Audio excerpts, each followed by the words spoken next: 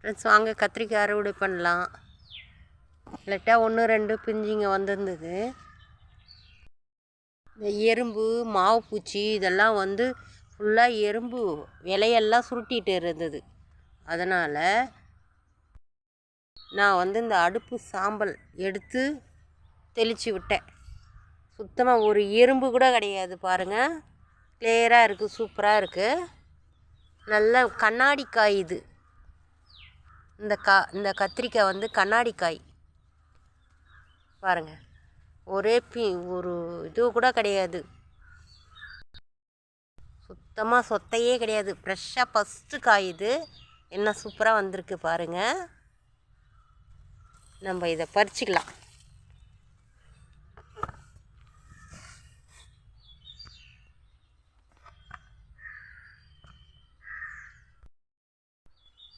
இது போல் நீங்கள் ஆர்கானிக்காக இந்த சாம்பலை எடுத்து தூவி விடுங்க.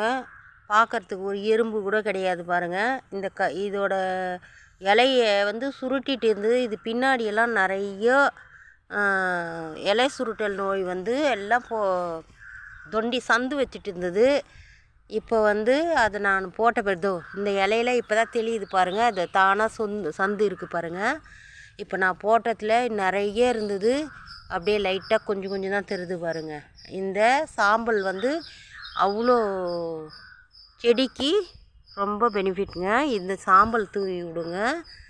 நமக்கும் உரம் போட்டிருந்தோம்னா, ஏதாச்சும் இந்த கெமிக்கல் உரம் போட்டிருந்தோம்னா, இப்போது இந்த காய் வந்து பறிச்சோம்னா இதில் நமக்கு வந்திருக்கும். இதில் பட்டு இருக்குது, ஆனால் சாம்பல் பட்டு இருக்குது. அதுவே அந்த உரத்தை போட்டிருந்தோம்னா இது மேலெல்லாம் எப்படி வந்திருக்கும் தெரியுங்களா? அந்த சாம்பல் வந்து நமக்கு எந்த தொல்லையும் இல்லை. ஆனால் அந்த உரம் வந்து என்றைக்கும் நமக்கு ஹெல்த்துக்கு பிரச்சனை தான்.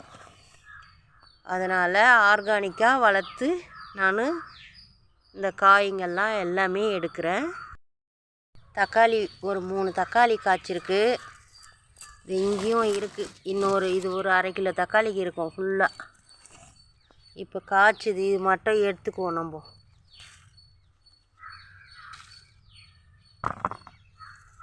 இது கொஞ்சம் காய்வட்டாக இருக்குது, இதையும் பறிச்சுக்குவோம். இதெல்லாம் நான் கீழேயே வளர்க்குறேன். இந்த பாருங்கள், இந்த இங்கேயும் வந்திருக்கு பிஞ்சுங்க. இதோ இங்கே மேலேயும் வந்திருக்கு. இது இங்கேயும் வந்திருக்கு. கொத்து கொத்தாக காய்க்குங்க. இதோ இருக்குது பாருங்கள். இது கொஞ்சம் பிஞ்சாக தான் இருக்குது. இதை நம்ம அப்புறமா பறிச்சுக்குவோம். இன்னும் நல்லா இது ஒரே காயே 1/4 கிலோ காய் வரும். இது வந்து கண்ணாடி காய், முள் கத்திரிக்காய்ன்னு சொல்லுவாங்க. தொட்டாவே முள் பற்றிக்கும் அது. அதனால் இது வந்து நம்ம பத்திரமா பார்த்து கையில் எடுக்கணும். எல்லா செடியும் நல்லா வந்திருக்கு. இந்த இங்கேயும் வச்சுருக்கேன் பாருங்கள். இந்த செடியும் வச்சுருக்கேன். இதுலேயும் பிஞ்சு விட்டுருக்கு. இது வந்து நம்ம அப்புறம் பறிக்கும். இதோ இங்கேயும் வச்சுருக்கு பாருங்கள். இது பாருங்கள். இது இங்கே கீழவே இத்தனை களைங்க வந்துடுச்சு பாருங்கள். இது அந்த பூச்சி தாக்குதல் வந்து இந்த இலையெல்லாம் சாப்பிட்டுச்சு பார்த்தீங்களா? நான் இன்றைக்கி தான் எடுத்துகிட்டு வந்து அந்த சாம்பலை போட்டேன். நீங்கள் எதுவும் சாம்பல் சொல்கிறேன்னு நினைக்காதீங்க. அந்த சாம்பல் எடுத்துகிட்டு வந்து போடுங்க. செடி வந்து இந்த மாதிரி செழுமையாக இருக்கும். எல்லா செடிகளுக்கும் நான் சாம்பல் தான் போடுவேன். நமக்கும் உடம்புக்கு எந்த பாதிப்பும் வராது. இது வந்து கெமிக்கல் இல்லாத உரத்தை போட்டு நான் வைக்கிறேன். தானாக வளருது இதெல்லாம். இது மாதிரி செய்யுங்க ஃப்ரெண்ட்ஸ். இதை அப்புறமா பறிச்சுக்குவோம்.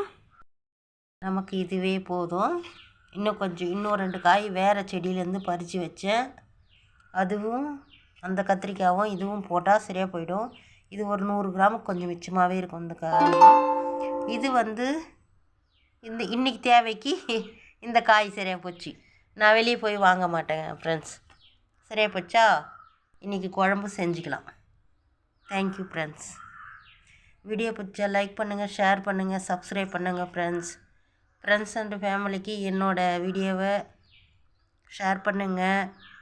நீங்கள் எனக்கு சப்போர்ட் பண்ணிங்கன்னா நான் இந்த சேனல் நடத்தலான்னு இருக்கேன். டென்ஷனாக ஆகுது. சேனல் போனால் தான் சந்தோஷமாக இருக்குது. அதாவது வியூஸு போனால் தான் சந்தோஷமாக இருக்குது. போகலன்னா கஷ்டமாக இருக்குது. ஒரு வீடியோ போகுது, ஒரு வீடியோ போக மாட்டேங்குது. நான் இவ்வளோ கஷ்டப்பட்டு இந்த வெயிலுன்னும் பார்க்காம எடுத்து போடுறேன் ஃப்ரெண்ட்ஸ். என் வீடியோ பாருங்கள், ரெஸ்பான்ஸ் பண்ணுங்கள். தேங்க்யூ.